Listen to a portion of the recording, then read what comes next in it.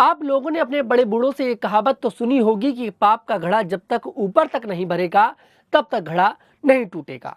इसका मतलब ये है कि बुरे कर्मों के परिणाम जरूर सामने आते हैं, भले ही वे देर से सामने आए। और आज ये कहावत कांग्रेस पर बिल्कुल सटीक बैठती है। कांग्रेस के भ्रष्टाचारों का जो सच है, अब वो धीरे धीरे कर देश के सामने आ रहा है कि कैसे कांग्रेस की सरकार ने देश को लूटने का काम किया और जनता के पैसे का कितना ज्यादा गलत इस्तेमाल किया। कई सालों पुराना केस कांग्रेस का काल बनता हुआ दिखाई दे रहा है। केस का नाम है नेशनल हेराल्ड स्कैम केस।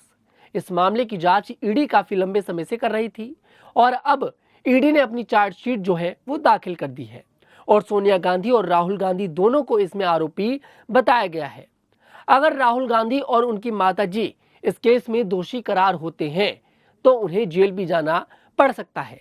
लेकिन हैरानी की बात यह है कि कांग्रेस बीजेपी को भ्रष्टाचारी बताती है। वो कांग्रेस खुद कितने कांड कर बैठी है, कभी उन्होंने अपने अंदर झांक कर नहीं देखा।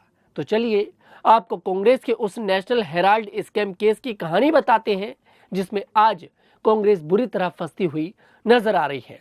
शुरुआत होती है 1937 से। देश के पहले प्रधानमंत्री पंडित जवाहरलाल नेहरू ने 20 नवंबर 1937 को एसोसिएटेड जर्नल लिमिटेड यानी एजेएल नाम की एक कंपनी बनाई थी।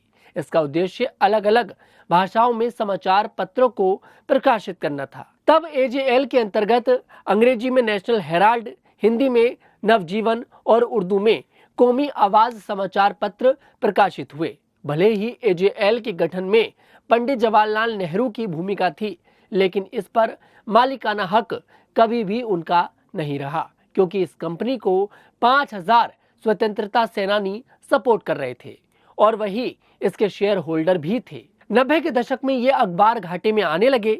साल 2008 तक एजेएल पर 90 करोड़ रुपए से ज्यादा का कर्ज चढ़ गया। तब एजेएल ने फैसला लिया कि अब समाचार पत्रों का प्रकाशन नहीं किया जाएगा। अखबारों का प्रकाशन बंद करने के बाद एजेएल प्रॉपर्टी बिजनेस में उतरी। 2012 में भाजपा के नेता और देश के नामी वकील सुब्रमण्यम स्वामी ने नेशनल हेराल्ड मामले में सोनिया गांधी, राहुल गांधी, मोतीलाल वोरा, ऑस्कर फर्नांडिस, पत्रकार सुमन दुबे और टेक्नोक्रेट सैम पित्रोदा के खिलाफ मामला दर्ज कराया। तब केंद्र में कांग्रेस नेतृत्व वाली यूपीए की सरकार थी।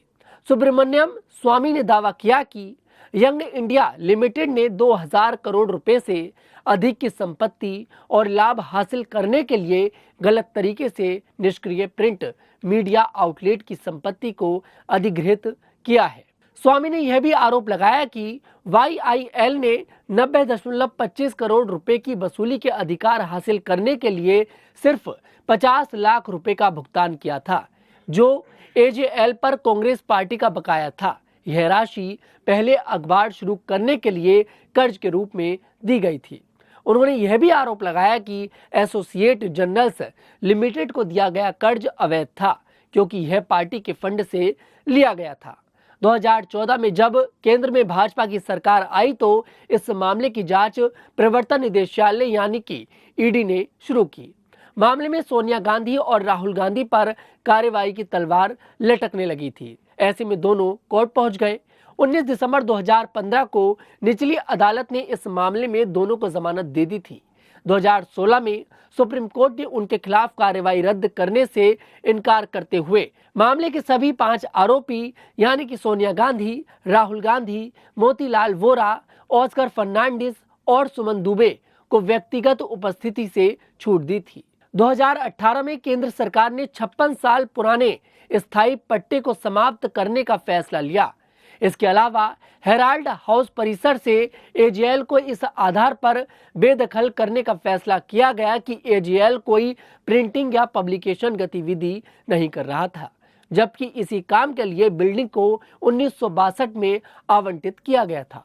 हालांकि 5 अप्रैल 2019 को सुप्रीम कोर्ट ने अगली सूचना तक सार्वजनिक परिसर अधिनियम 1971 के तहत एजेएल के खिलाफ कार्रवाई पर रोक लगाने का आदेश दिया।